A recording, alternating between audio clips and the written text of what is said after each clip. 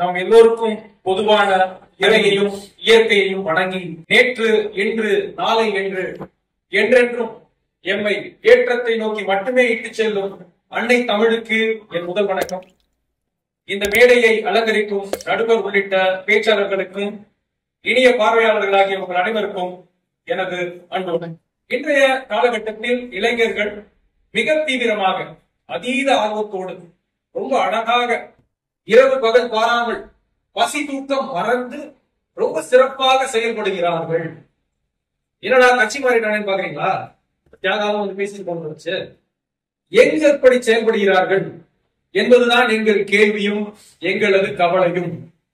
அவர்கள் இவ்வளவு தீவிரமாக செயல்படுவது சமூகத்தின் ஒரு சிறு பகுதியான சமூக ஊடகத்தில் மட்டும்தான் என்பதே எங்கள் கவலை.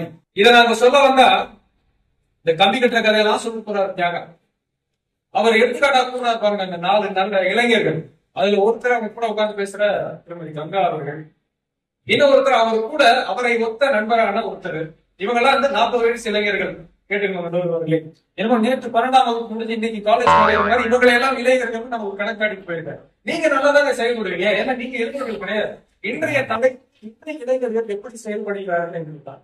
அப்ப அவருடைய செயல்பாடு சமூகத்தில் இல்லை, சமூக ஊடகத்தில் தான் இருக்கிறது என்பதே எங்களது முதல் குற்றச்சாட்டு. அவர்கள் சமூக ஊடகத்தில் கிடைக்கும் அந்த லைக்ஸையும் ஷேர்ஸையும் ஃபாலோவர்ஸையும் எதிர்நோக்கியே அவர்களது செயல்பாட்டினை அமைத்துக் கொள்கிறார்கள்.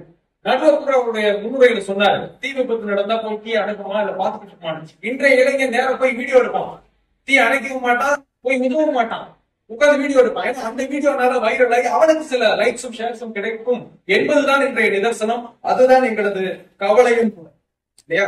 அப்புறம் நம்ம அண்ணன் சொன்னாங்க, லிட்டில் இந்தியால ஃபுல்லா பதாகைகள் மாட்டியிருக்காங்க அப்படின்னு. அந்த இளைஞர் நிமிர்ந்து பார்த்தாலும் இந்த பதாகை எல்லாம் பாக்குறதுக்கு இல்லையா? முதல்ல அவனை நிமிர வைக்கணும் இல்லையா? அதனால்தான் எங்களது கவலையை உங்களிடம் நாங்கள் தெரிவித்துக் கொண்டிருக்கிறோம். நடுவர்களே, சமூக செயல்பாட்டிற்கு அடிப்படையான ஒரு கூறு என்னன்னா நல்ல உரையாடல். ஒரு உரையாடலில் இருந்துதான் ஒரு கருத்து பிறக்கும், கேள்வி பிறக்கும், அதிலிருந்து ஒரு தீர்வு கிடைக்கும்.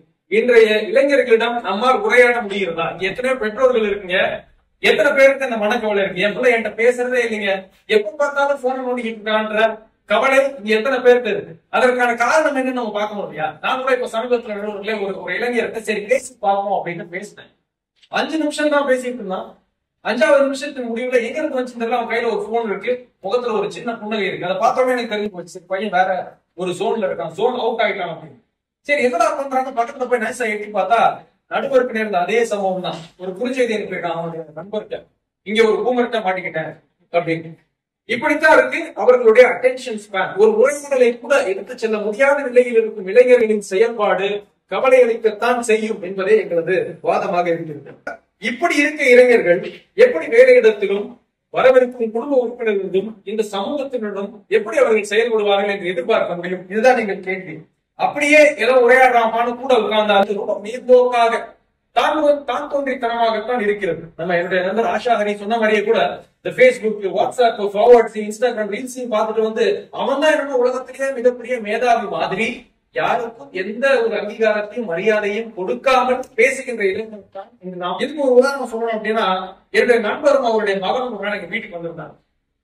அந்த பையன் வரிக்கு வரி அவங்க அப்பா குரோன்னு தான் கூப்பிடணும். இதையோ கேள்விப்பட்டிருக்கீங்களா? நிறைய இடங்கள்ல கேள்விப்படுறோம்னு நினைக்கிறேன். குரோங்கிறான், டியூடுங்கிறான், அப்பான்னு மட்டும் சொல்ல மாட்டான். என்னடா அது அநியாயமா இருக்கு நான் கேட்கிறேன்.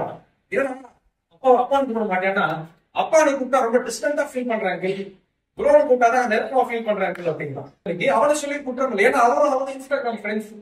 அவர் தாய்லாந்துல போய் ஒரு மதக்கோப்பையோட சில்லிங் வித் ஃப்ரெண்ட்ஸ் அப்படின்னு ஒரு போஸ்ட் போடும்போது இவன் கீழே போய் மிக நன்று அப்பா நான் போட கூல் ப்ரோ அப்படின்னு ஒரு கமெண்ட் போட்டான். அன்னையில இருந்து அவன் ப்ரோ போட்டு பழகிட்டான், இவர் ப்ரோ வாங்கி பழகிட்டாரு.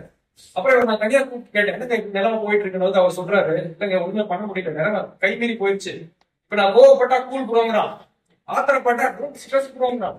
ஒரே ப்ரோ கலாச்சாரமா போச்சு அப்படிங்கிற. நல்ல அவன் போகையில என்கிட்ட வந்து நான் போயிட்டு வரேன் மச்சின்னு சொல்லாம போனான். அந்த விதத்துல நான் தப்பிச்சேன்னு சொல்லுவான். இப்படித்தான் இருந்து அவர்களுடைய சமூக நிலையில் யாரை எப்படி வைத்து பார்க்கணும் நிகழ்வு. இன்னொரு நெகட்டிவ் நான் போயிருந்த நடுவர்கள் இதுவும் வந்து எப்படி மரியாதை அளிக்கிறாங்கன்னு சொல்றதுக்காக தான் என்னுடைய பெண்ணின் பள்ளி விழாவுல அந்த பள்ளியின் முதல்வர் மேடையில நிற்கிறாரு. ஒரு மாணவி ஒருத்தவங்க பரிசு வாங்கறதுக்கு வர்றாங்க. அவங்க எப்படி வந்தாங்கன்னு சொன்னா அவங்களால நிச்சயமா நம்ப முடியாது. இந்த பக்கமாக இருந்து மேடையில் ஏறிய அந்த மாணவி சமர் சால்ட் ஸ்டண்ட் கலைஞர்கள் பண்ற மாதிரி சம்மர் சால்ட் அடிச்சு வந்து நின்னாங்க அந்த ஆசிரியர் முன்னாடி. அவருக்கு என்ன பண்றதுனே தெரியல. இல்ல வேட்டுலாம் கட்டினா வேட்டுலாம் அவர்களுக்கு அவ்வளவு டென்ஷன் ஆயிடுது.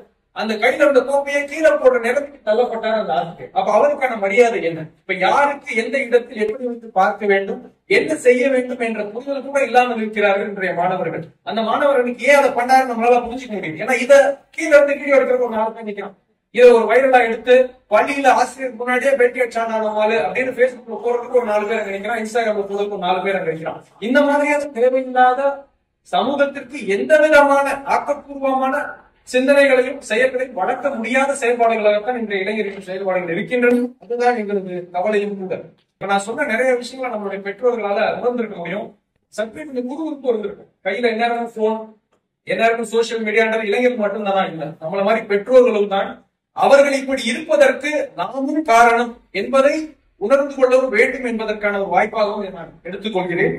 எப்ப பார்த்தாலும் போன் நம்மளும் காலையில கண்பிடிக்கல இருந்து கழிவறையில இருந்து கோயிலுக்கு போறதுல இருந்து நான் உண்மையிலே சொல்லணும். நான் கோயிலுக்கு போனா சன்னிதியை பார்த்து சாமி கும்பிட வழக்கமே கிடையாது. யாராவது போன் பிடிச்சி நிக்கிறாங்க, கொஞ்சம் ஜூம் பண்ணுங்க அப்படின்னு பின்னாடி கேட்டா அவனையும் ஜூம் பண்ணி காட்டேன். அந்த பெருமாள் காலம் காட்டுன்னு அவன் காட்டான். அதனால யாராவது லிப்ட் வாங்கி போற மாதிரி யார் போன்லயே பார்த்துட்டு அப்படி போயிடும். நம்மள அவசரம் வேலையா இல்லை. ஏன்னா அப்படிதான் ஆயிடுச்சு. யாருமே அந்த நேரத்தில் அந்த பொழுதை அந்த நாளை கழிக்க வேண்டும் நினைக்கிறதே கிடையாது. போட்டோ எடுத்து நான் போட்டேன், அந்த வேற யாரும் பார்த்து என்ஜாய் பண்ணிக்குவோம், ஜமாய்க்குவான்ற ஒரு மனநிலை தான் இருக்காங்க.